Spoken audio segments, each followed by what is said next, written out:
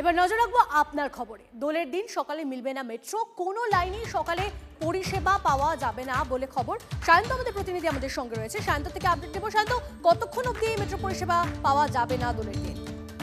দেখো, মূলত মেট্রোর তরফে জানানো হয়েছে যে সকালের দিকে পুরোটাই মেট্রো বন্ধ থাকবে। লোকালের যেহেতু নিচের থেকে বেলুন রং ভরা বেলুন ছোড়া হয় বা নিরাপত্তা, মেট্রো যাত্রীদের নিরাপত্তার কারণে কিন্তু মেট্রোর তরফে সিদ্ধান্ত নেওয়া হয়েছে। অর্থাৎ কোনো নেটওয়ার্কেই কিন্তু, যেমন east West, blue line, green line, orange line, purple line, কোনো লাইনেই মেট্রো পরিষেবা থাকবে না মেট্রো অর্থাৎ দোল পূর্ণিমার দিন। পরের দিন থেকে মেট্রো পরিষেবা স্বাভাবিক হবে। মূলত বিকেল থেকে আবার মেট্রো পরিষেবা স্বাভাবিক হবে বলে মেট্রোর তরফে জানানো হয়েছে।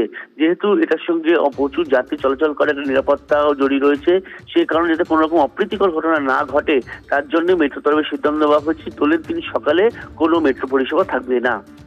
বেশ, ধন্যবাদ সায়ন্ত।